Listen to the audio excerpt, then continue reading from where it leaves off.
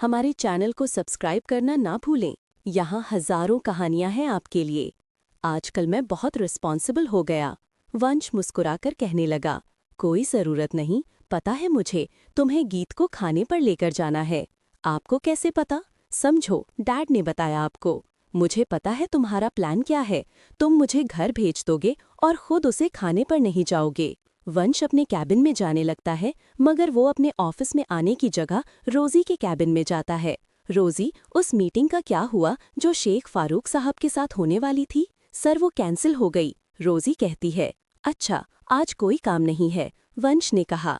तभी राजवीर वहां आता है। तुम अभी तक यहीं हो ऑफिस में? तुम्हें गीत को लेकर जाना है। काम होता रहेगा, तुम गीत को शहर दिखाओ। उसे गीत पर गुस्सा आ रहा था। वो गीत के साथ बिल्कुल जाना नहीं चाहता था।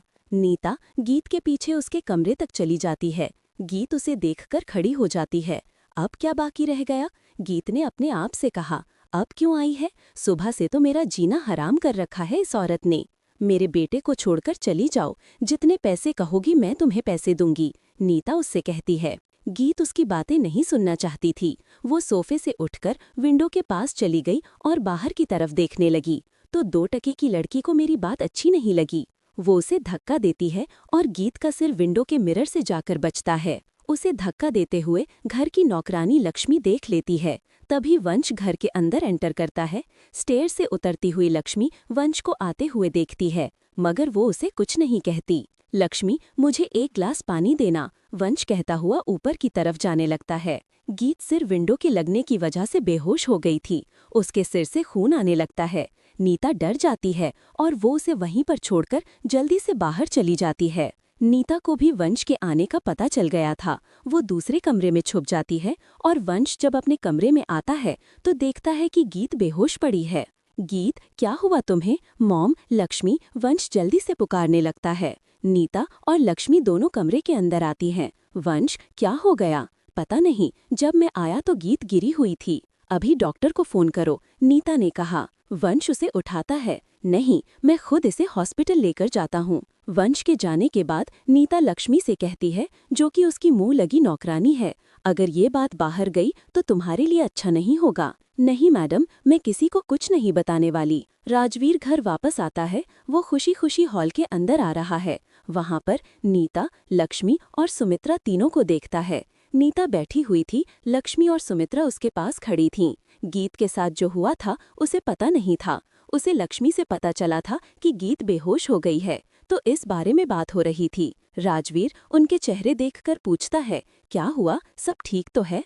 एक प्रॉब्लम हो गई है, नीता ने कहा। क्या हुआ? तभी गीत और वंश दोनों बाहर से आते हैं। गीत के सिर पर पट्टी लगी हुई है। राजवीर गीत को हैरानी से देखता है। क्या हुआ बेटा, तुम्हारे सिर पर बैंडेज क्यों लगी है? गीत नीता की तरफ देखती है। नीता को भी डर है कि गीत सच्चाई ना बता दें। पापा, मुझे चक्कर आ गया था, मैं गिर गई थी। बेटा, अगर कोई बात है तो तुम मुझे बता सकती हो, राजवीर ने गीत से पूछा। नहीं पापा, मैं ठीक हूँ, गीत ने जानबूझकर राजवीर को कोई बात नहीं बताई थी। तभी राजवीर सुमित्रा से कहते हैं, सुमित्रा, गीत की देखभाल करने की तुम्हारी रिस्पॉन्सिबिलिटी है। जी सर, मैं बिल्कुल ख्याल रखूंगी। फिर मैं तो हूँ इसका ख्याल रखने के लिए, नीता ने कहा। मैं बहुत ध्यान रखूंगी इसका। गीत नीता की तरफ देखती है। उसे समझ में आने लगा था कि नीता कैसी औरत है। लक्ष्मी का पति, जो कि इसी मैंशन में ड्राइवर का काम करता है, वो किचन में उसके पास चाय पीने के लिए आया हुआ था। वो अपने पति को गीत के साथ हुए एक्सीडेंट के बारे में बताती है। गीत मैडम चक्कर खाकर नहीं गिरी थी, नीता मैडम ने गीत को धक्का दिया था और उसे चोट लगी। तभी किचन के अंदर वंश आता है। उसे देखकर वो दोनों चुप हो जाते हैं। गीत के लिए खाना ले जाओ, उसे खाने के बाद दवाई दे देना और ध्यान से देना, वो लक्ष्मी से कहता है। वंश दवाई समझकर बाहर चला जाता है। उस दिन तो शादी नहीं करनी थी। इस बात को लेकर कितना बड़ा क्लेश था। घर में लड़ाई हो रही थी। अब उसे दवाई देने का फिक्र कर रहे हैं छोटे साहब। लक्ष्मी ने कहा, वो उनकी पत्नी है, ख्याल तो रखेंगे ही। लक्ष्मी के पति ड्राइवर दीपक कहने लगा। गीत के कमरे में राजवीर आता है।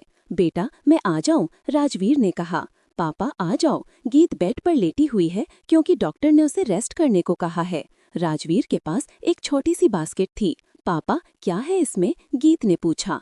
तुम्हारे लिए, तुम्हारा दिल बहलाने के लिए है। वो गीत के पास जाते हैं। वो देखती है कि उसमें एक छोटा सा पपी था। ये तो बहुत खूबसूरत है। गीत उसे हाथ लगाती है। मुझे पता है तुझे एनिमल्स बहुत पसंद है, इसीलिए मैं तुम्हारे लिए ले आया। इससे तुम्हारा मन बहल जाया करेगा। गीत बास्केट को पकड़ लेती है। इसका नाम क्या है? नाम तो तुम्हें रखना है। तभी वहाँ वंश कमरे के अंदर आता है। वो डॉग की तरफ देखता है। उसे देखकर उसके चेहरे पर भी मुस्कान आ जाती है। तुम ऐसा करो, सोचकर एक अच्छा सा नाम रखना। अब से ये तुम्हारी जिम्मेवारी है। तभी सुमित्रा कमरे के अंदर आती है। उसके पास एक कटोरे में दूध था। देखो, मैं इसके लिए दूध लाई हूँ। वंश को भी एनिमल्स बहुत पसंद है। इसके पास भी एक डॉग हुआ करता था। जब उसकी मौत हुई तो कितना रोया था। सुमित्रा बताने लगी। वंश गीत के चेहरे की तरफ देख रहा था। वो कितनी खुश थी। हमारे चैनल को सब्सक्राइब करना न भूलें। यहाँ हजारों कहानियाँ हैं आपके लिए। तभी सुमित्रा कमरे के अंदर आती है। उसके हाथ में एक कटोरा था। देखो, मैं इसके लिए दूध लाई हूँ। वंश को भी एनिमल बहुत पसंद है। इसके पास भी एक डॉग हुआ करता था। जब उसकी मौत हुई तो कितना रोया था। सुमित्रा बताने लगी। वंश गीत के चेहरे की तरफ देख रहा था। वो कितनी खुश थी। कितने दिन हो गए थे गीत को इस मेंशन में आए हुए। वंश ने शायद ही गीत को मुस्कुराते हुए देखा हो। ना तो वो किसी से ज्यादा बात करती थी और ना ही मुस्कुराती थी, मगर उस छोटे से पपी के साथ बहुत खुश थी। उसके चेहरे पर इतनी बड़ी स्माइल थी। वंश गीत के चेहरे की तरफ देखता रह गया। उसे वो बहुत प्यारी लगी। तो बेटा, इसका क्या नाम रखना है? राजवीर ने पूछा। जिमी कैसा रहेगा? गीत ने कहा। इसके लिए छोटा सा घर भी चाहिए होगा, शकुंतला कहती है। राजवीर और वंश दोनों ही उस कमरे से चले गए। गीत चेयर पर बैठी थी। छोटा पपी जिमी उसके पैरों के पास बैठा था। तभी अचानक से दरवाजा खोलते हुए नीता अंदर आती है। तुम अपनी मासूमियत से राजवीर को बेवकूफ बना सकती हो। वंश भी तुम्हारी बातों में आ सकता है, मगर मैं नहीं। मुझे तुम्हारी असलियत अच्छे से पता है। मैं तुमसे आखिरी बार कहती हूँ, चली जाओ यहाँ से। जितने पैसे तुम कहोगी मैं तुम्हें दे दूंगी। इस मेंशन में हमेशा वही होता है जो मैं चाहती हूँ, और मैं नहीं चाहती कि तुम यहाँ पर रहो। तुम्हारे लिए यहाँ रुकना तुम्हारी जिंदगी के लिए अच्छा नहीं है। नीता बाहर जाने लगती है। तभी गीत कहती है, नीता आंटी। वो रुक जाती है। मैं आपको समझने की कोशिश कर रही हूँ। इतना तो मैं समझ गई हूँ कि आप मुझसे नफरत करती हैं। आपको लगता है मैं आपके बेटे के लायक नहीं हूँ, तो और क्या लगता है तुम्हें? इस घर और इस जिंदगी के लायक हो तुम? नीता ने कहा। आप मुझे नहीं जानती हैं, तो मेरे बारे में आप कैसे कह सकती हैं? मेरे बारे में आप अंदाजा मत लगाओ कि मैं क्या हूँ और इस लायक हूँ या नहीं। गीत गुस्से में थी। तुम खुद को क्या समझ रही हो? कौन हो तुम? क्या औकात है तुम्हारी? मैं राजवीर राणा की बहू हूँ।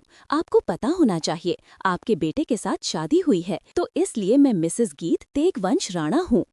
तुम मुझसे टक्कर ले रही हो। अब तक इतना तुम्हें समझ गया होगा कि मैं तुम्हारे साथ क्या कर सकती हूँ। जाना तो तुम्हें यहाँ से पड़ेगा, हर हाल में। कहीं नहीं जाऊंगी। आप चाहें तो पूरी कोशिश कर लें मुझे यहाँ से निकालने की। मैं नहीं जाने वाली। शादी करके आई हूँ इस घर में। गीत पूरे कॉन्फिडेंस के साथ कहती है। नीता उसके इस तरह बोलने से हैरान थी, क्योंकि गीत कॉन्फिडेंस के साथ बात कर रही थी। राजवीर और वंश दोनों ऑफिस में बैठे हुए काम कर रहे हैं। वे किसी प्रोजेक्ट के बारे में बात कर रहे थे। राजवीर फाइल को ध्यान से देख रहे थे। क्या हुआ डैड? कोई प्रॉब्लम है क्या? नहीं, मैं तो हैरान हूँ। बहुत अच्छा काम किया है तुमने। अगर बिजनेस में थोड़ी सी भी दिलचस्पी और लेने लगो तो सचमुच बहुत बड़े बिजनेसमैन बनोगे। डैड, आप राजस्थान जा रहे हैं उस प्रोजेक्ट के लिए? हाँ, काम वहाँ पर है। अगर आप कहें तो मैं चला जाता हूँ। नहीं, वहाँ पर मेरी ही जरूरत है। तो ठीक है ना, हम दोनों चलते हैं। नहीं, तुम्हारी नई शादी हुई है, थोड़ा गीत के लिए भी टाइम रखो। तभी सुमित्रा उनके लिए चाय लेकर ऑफिस में आती है। आप दोनों को चाय चाहिए होगी,